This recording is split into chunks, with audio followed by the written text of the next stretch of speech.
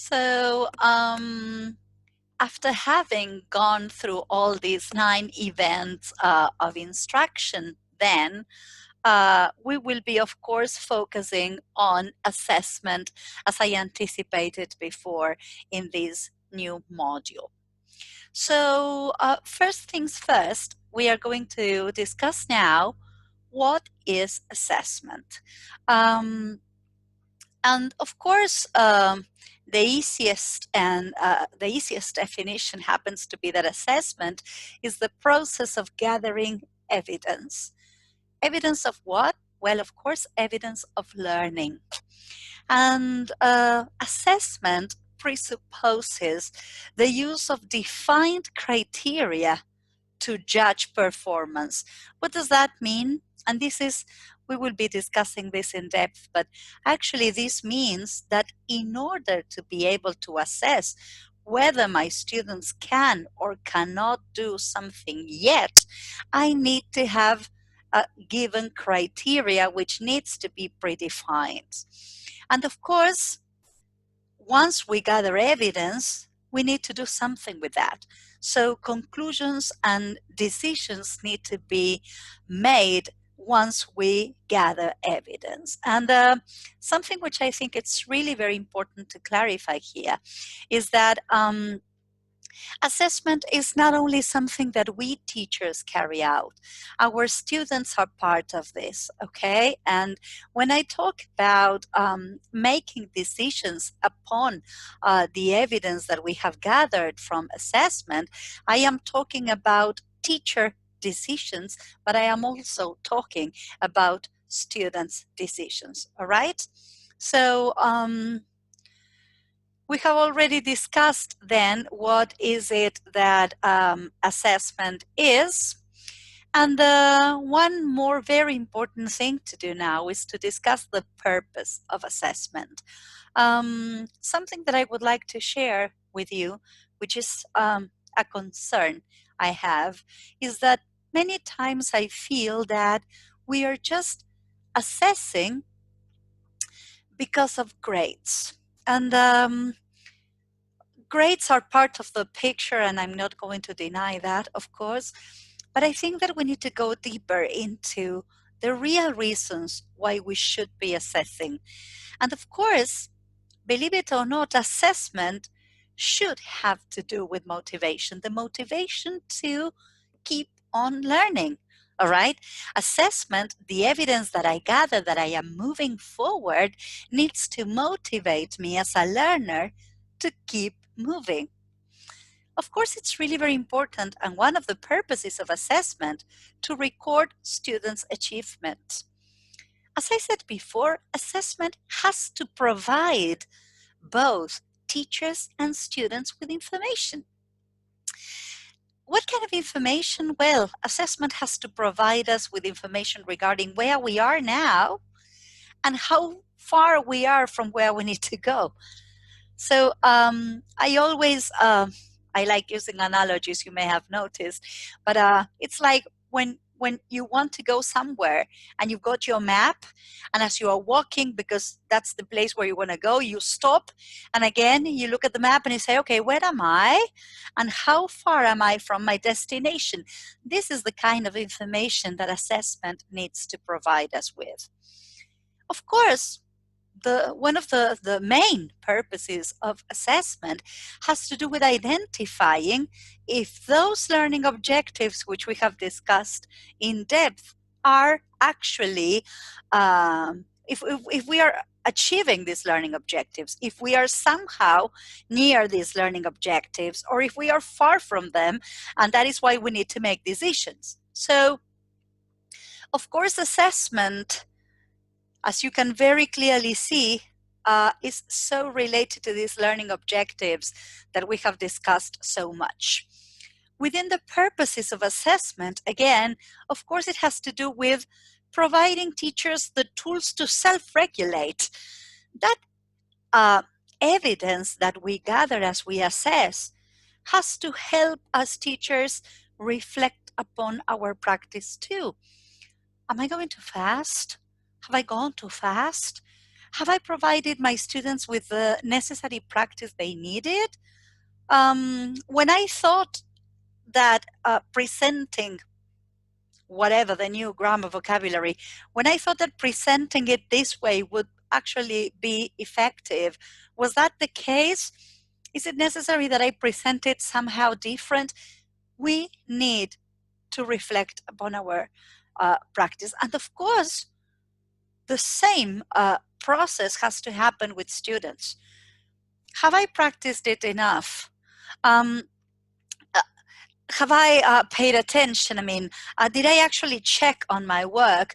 How else could I have solved this problem? So it's reflection upon practice, both from the teacher and the student. And that is why one of the biggest challenges, I believe, has to do with definitely understanding that in this question of assessment, teachers and students are together.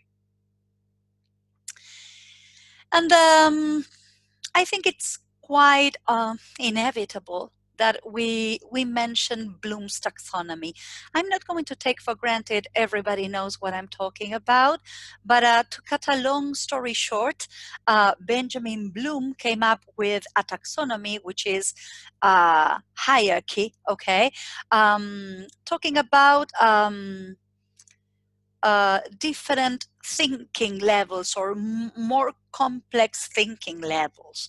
And I'm not going to go deep into this, but I assure you I've got a point here. And the truth is that we've been talking about lesson stages, and we've been talking about how important it is to present and practice and first provide opportunities for controlled practice, and then we're going to give them freer practice, and then they can apply. Remember that we've been talking about how important that it is that these lesson stages are present in a traditional context, but also in this context we are going through as well. So if you pay attention, when it comes to Bloom's taxonomy, we are moving from what, according to Bloom, was kind of the flattest thing to ask our students to do until we start climbing up that pyramid, and we move from what we call lower order thinking to higher order thinking. And when talking about language, my dear teachers, we present something new to our students. It might be grammar, it might be vocabulary, it might be a concept, it might be a strategy. I've been giving these examples all throughout, but when we present it, we present the new, we present it in a context, okay?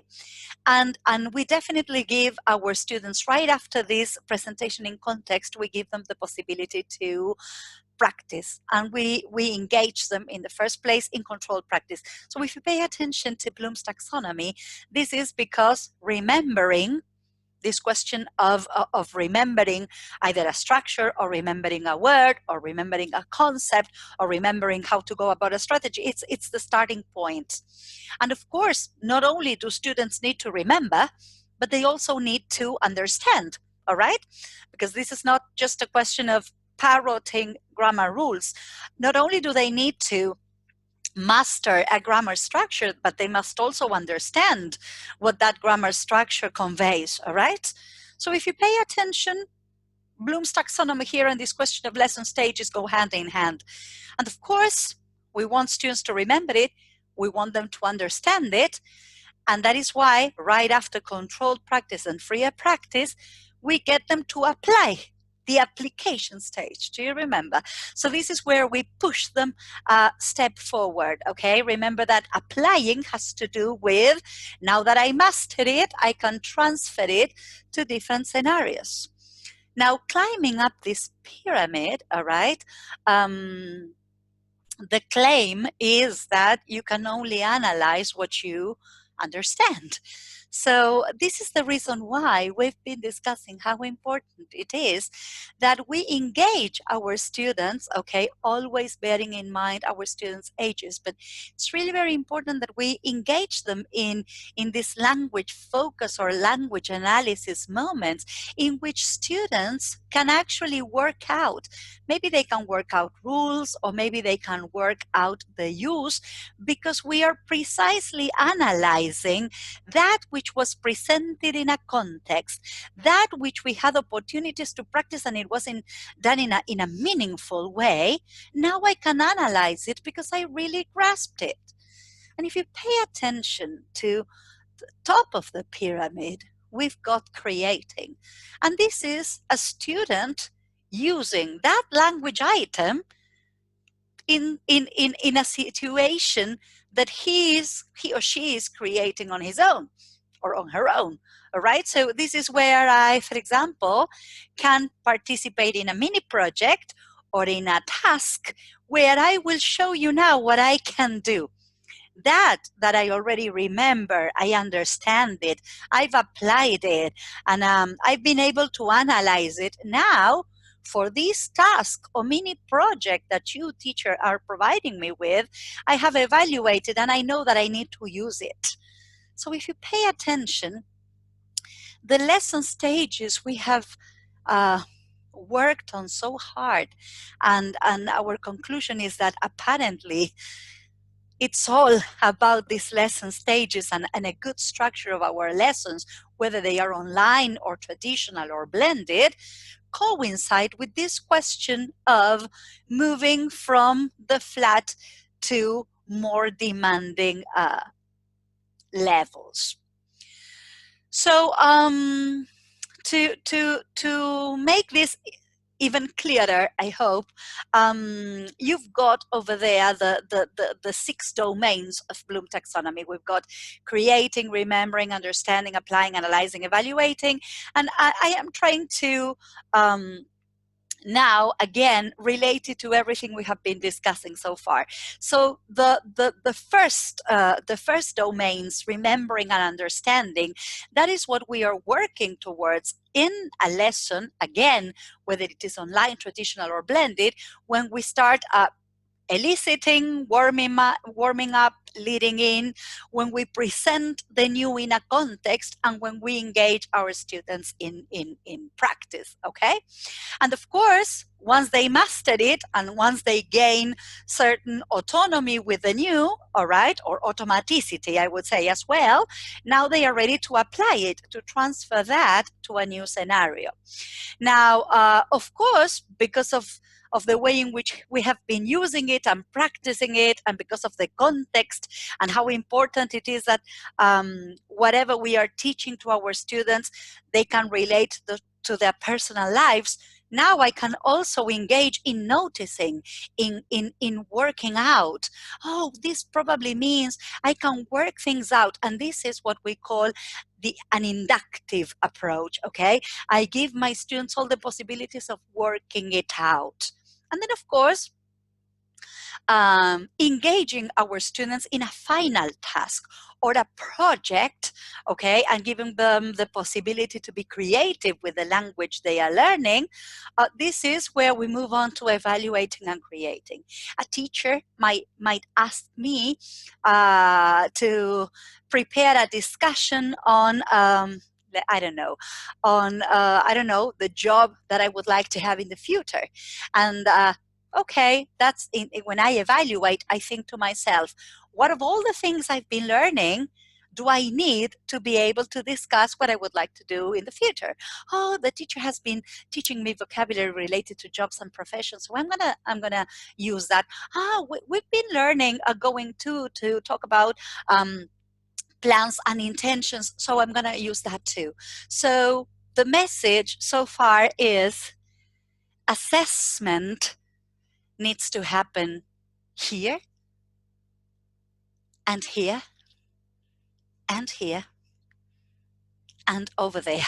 So this is what we will be talking about in the next mini videos. Assessment happens all throughout.